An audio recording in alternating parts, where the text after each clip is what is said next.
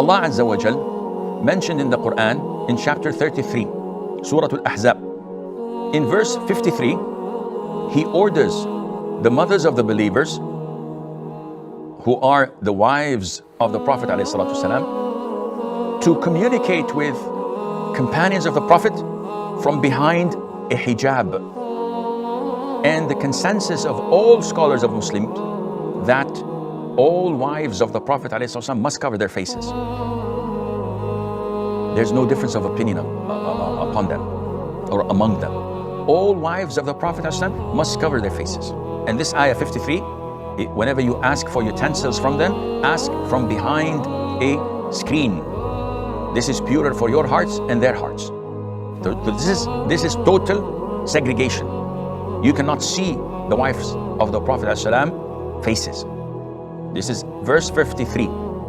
Now, having this at the back of your mind and moving 6 verses later from the same surah, Allah says in verse 59, Ya ayyuhan nabi, O Prophet of Allah, قُلْ لِأَزْوَاجِكَ وَبَنَاتِكَ وَنِسَاءِ الْمُؤْمِنِينَ. Command your wives, your daughters, and the women of the Muslims, يُدْنِينَ عَلَيْهِنَّ مِنْ جَلَابِيبِهِنَّ, to lower down from their garments.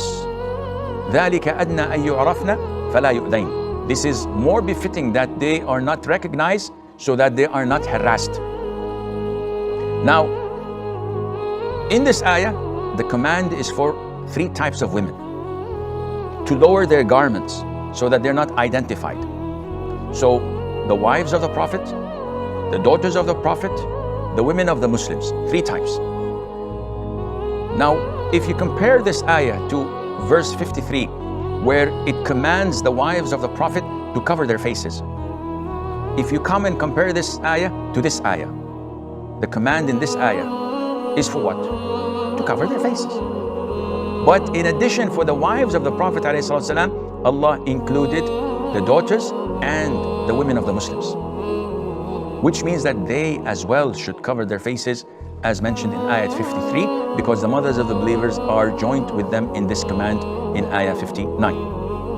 And there are a lot of other evidences mentioned in the Sunnah of the Prophet ﷺ, which is logical. But before it's logical, it is the ruling of the Quran and the Sunnah according to the most authentic opinion of scholars. Why do we say logical? The face of a woman, as they say, is her identity. If her identity is open to all, this is what includes features of beauty. This is when she smiles or frowns. This is where expressions happen.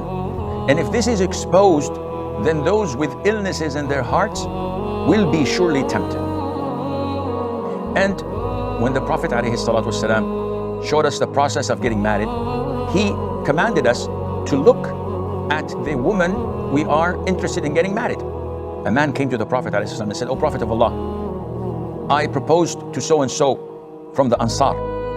So the Prophet said, did you look at her before you proposed? He said, no. The Prophet said, go and look at her. This means that if the woman was walking in the streets of Medina, going to the shopping centers or to shops or to the masjid, and she was unveiled, the Prophet would not have told him to look at her, because the man can't see her. But this indicates that every woman, according to Mother Aisha, used to wear the veil and cover from head to toe. There are so many examples that we can talk about, but this is not the time. It is safer for a woman to hide her identity, to hide her beauty, so that she is not harassed.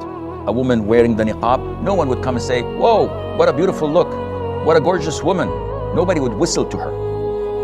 But a beautiful woman who is not covered, she would probably be harassed in such an awful and disrespectful fashion.